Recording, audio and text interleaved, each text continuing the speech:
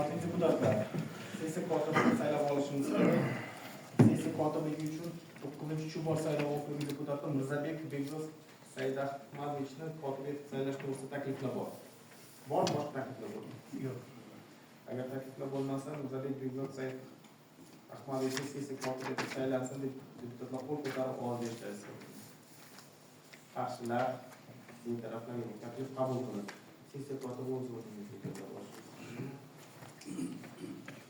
Hurmatli deputatlar, sessiyaning kun tartibini kelishib olishimiz kerak. Kun tartibida sizlarga tarqatilgan qo'shimcha va o'zgartirishlar bormi?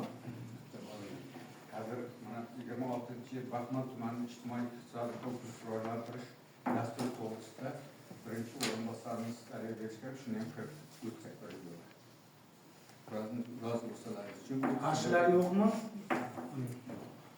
Bu taraflar yo'q bo'lsa, qo'l ko'tarib ovoz berishadi. Rahmat. Ish reglamenti quyidagicha tasdiqlash taklif qilaman.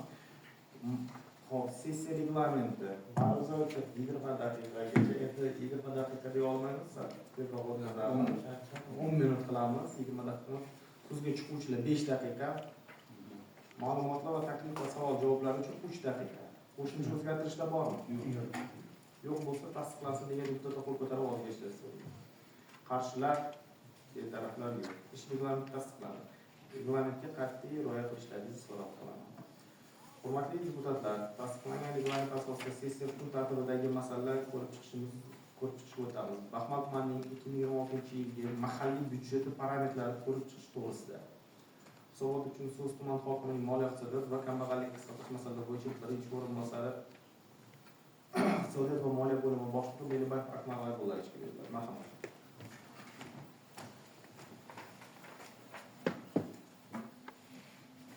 Assalomu alaykum. Hurmatli Fazl Marozimovich, hurmatli deputatlar, sessiya ishtirokchilari. Kun tartibiga asosan birinchi Baxmal tumani mahalliy byudjetini 2026-yil parametrlarini ko'rib chiqishimiz kerak. U tarqatma material qaror loyihasi sizlarga berilgan. Qarorga asosan tuman mahalliy byudjeti 117 milliard 154 million so'mga akrimlyon aytib ketayoraman. 154 million so'mga rejalashtirganmiz, daromadlarimizni va xarajatlarimizni balanslashtirgan holda. Endi daromadlarimizni soliq turlari bilan aytib o'tmoqchiman. Bizda eng katta ulush jismoniy shaxslar daromadidan olinadigan soliqqa keladi. Bu 58,6 milliard. Undan keyin aylanmadan olinadigan soliqimiz bor, 8,2 milliard. Benzin aksiz solig'i bor. Benzin va yoqilg'i moylashma materiallaridan olinadigan solig'imiz 2,1 milliard. Jismoniy shaxslardan olinadigan mol-mulk solig'i 11 milliard. Yuridik shaxslardan olinadigan yer solig'i 5,6 milliard. Jismoniy shaxslardan olinadigan yer solig'i 26 milliard. Qurilish materiallari bo'yicha yer qa'ridan foydalangan uchun nedra solig'imiz bor, mana bu karerchilar oladigan 1,3 milliard. Suv resurslari 1,1 milliard. Qishloq xo'jaligi korxonalari bo'yicha suv solig'i undan tashqari 1,2 milliard va boshqa soliq turlari. Jami 117,1 milliard so'mga daromadlarimiz viloyat bilan kelishilgan holda Jo'rabek aka biladi, borib kelib mana shu to'xtamga kelganmiz. Xarajatlarimiz ham 117,1 milliardga tasdiqlamoqchimiz. Sizlar ruxsat bersalaringiz, eng asosiy ijtimoiy soha xarajatlari o'rin oladi. Xarajatlarimiz ichida eng katta xarajat maktab va maktabgacha ta'limga 38,4 milliard. Shuni ichida yana mening maktabim loyihasiga, bu ham ochiq byudjetga o'xshash xabarlaringiz bor.